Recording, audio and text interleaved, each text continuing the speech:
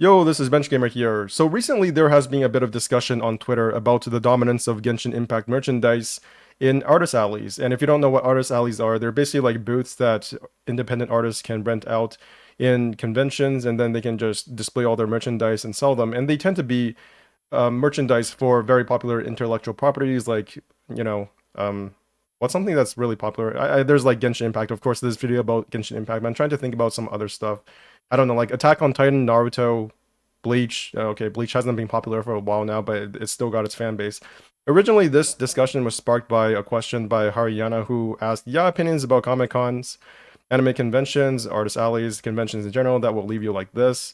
And it's just a meme of Patrick in chains. I don't know how long this meme has been around for. I don't really pay attention to this stuff, but it seems like it just came out of nowhere and it's being this format has been used for a while now. I probably just didn't pay attention to it. It's probably been like 10 years since this was a thing. But that's not the point. The point is that one of the answers to this question is by Akeura Jitsukasa, who said, Genshin Impact merchandise overtaking a majority of the artist alley has sapped away a lot of the excitement and charm of browsing through the booths.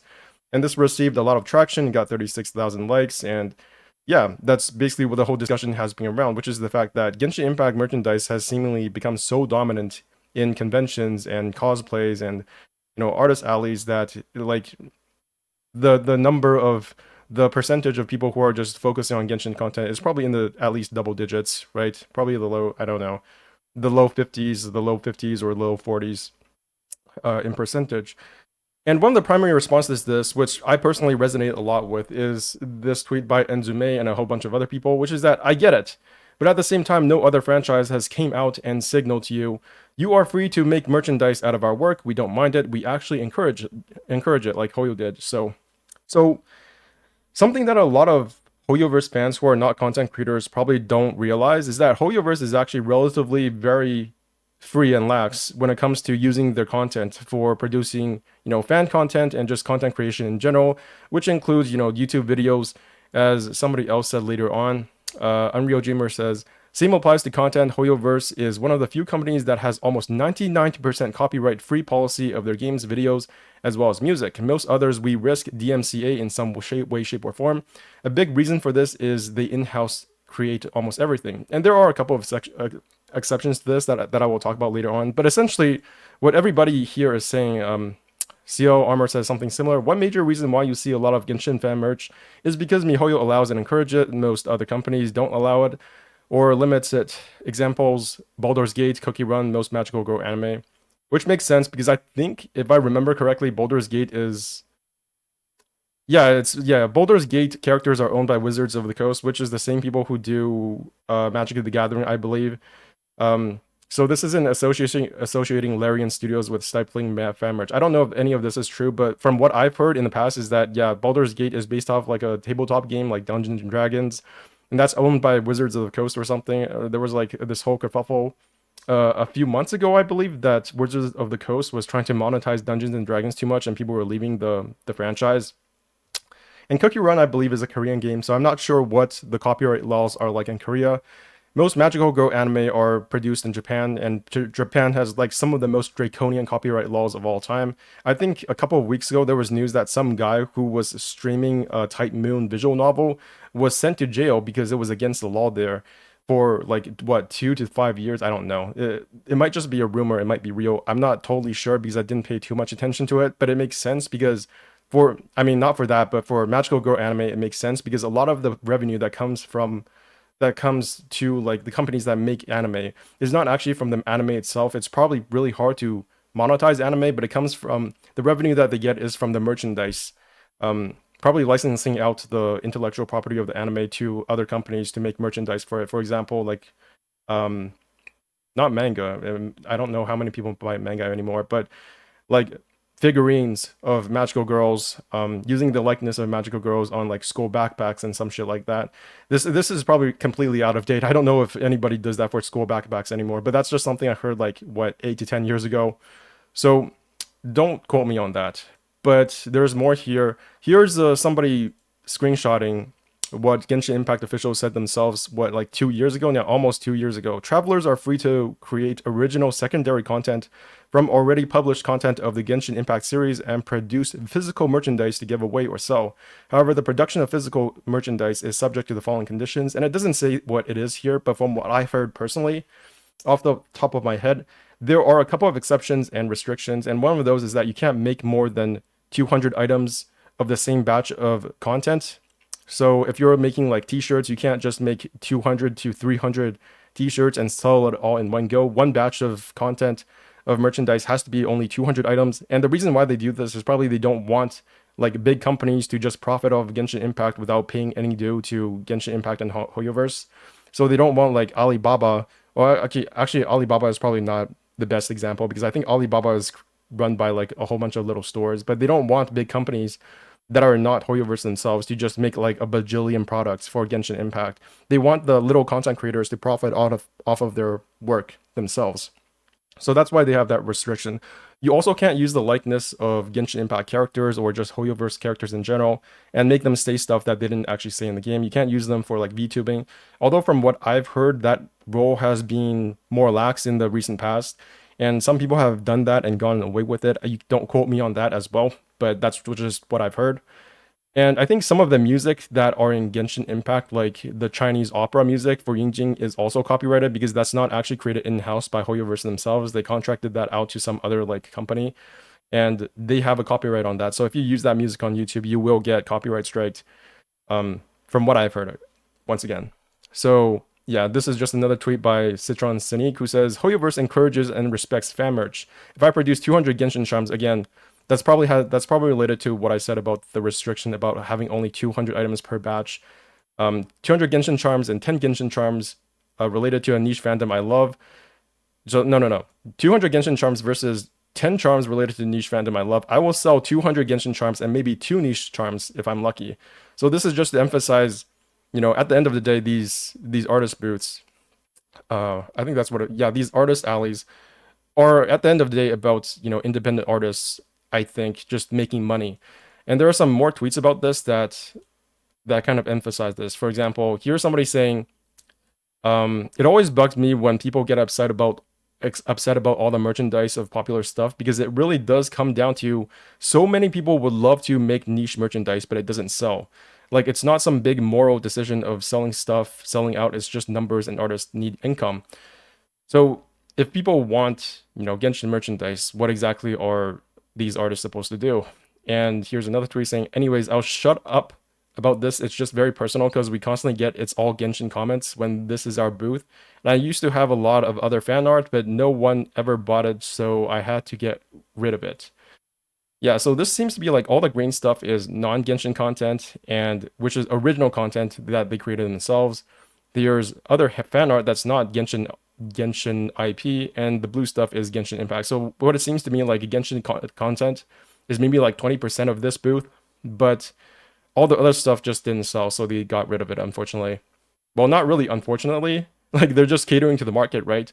This is kind of interesting to me because I thought for a second, Genshin Impact is like not as popular as it once used to be, right? If you look at Google Trends, Genshin Impact, the height of Genshin Impact for Fontaine so far is an interest rating of 64, which is relative to the maximum rating of 100, depending on, 100 is when it first launched. And then for Inazuma, the interest rating was 67, Fontaine was 64, and Sumeru was 71 to 72. So Fontaine is the least popular, I don't know how to say this.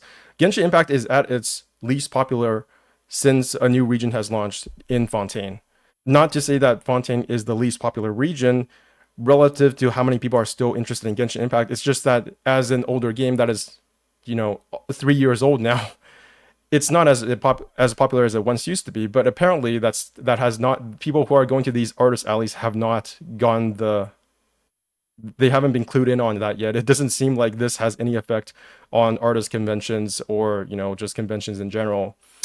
Here's another tweet by Chunyo. This is why I always try to make different merchandise from different fandoms, but the reality is that I sell the 90% more of Genshin and the others are just 10%. So 90% of their sales are for Genshin merchandise, and only 10% is other stuff. Hime Joshi Devil says, "Do people not understand artist alleys are for money? Like they're one of the few opportunities artists have to make decent money off their work, and they cost a shit ton to booth. So yeah, it takes money to actually rent the booth out. They have to pay money for them to be there because there's limited space. Of course, they will be selling popular things. There's no difference between Genshin than past Attack on Titans. I think that's what AOT is. I'm not too sure, but yeah." Luna Silveria 29 says it's nothing new. If it wasn't Genshin, it would be other popular title. Last local con I visited was flooded with Attack on Titan merchandise, which is interesting as well because I assume that Attack on Titan has fallen off a bit in terms of popularity as well. There was like a time when everybody was like the most hype about Attack on Titan. I think this was actually when I was going to university for well, I was just in university at the time and I was taking Japanese language class, and I called it Kyojin no Kyokai or something, the Japanese name for Attack on Titan. And then some other guy beside me was like, "No, it's called Attack on Titan." And I had a whole argument about that. That actually wasn't that long ago. That was like 3, 4, 5 years ago. So that just shows you just how popular Attack on Titan was back then. It's fallen off a bit now, and one day Genshin Impact will fall off as well. So it's just Genshin Impact has had a lot of staying power. Even though I'm saying that Genshin Impact has fallen off relative to how popular it was in the past, it's not that much less popular, right? 64 versus 68 versus like 71 is not that big of a difference. The actual second patch for the Fontaine um patch cycle has had more of a drop off compared to other patch cycles.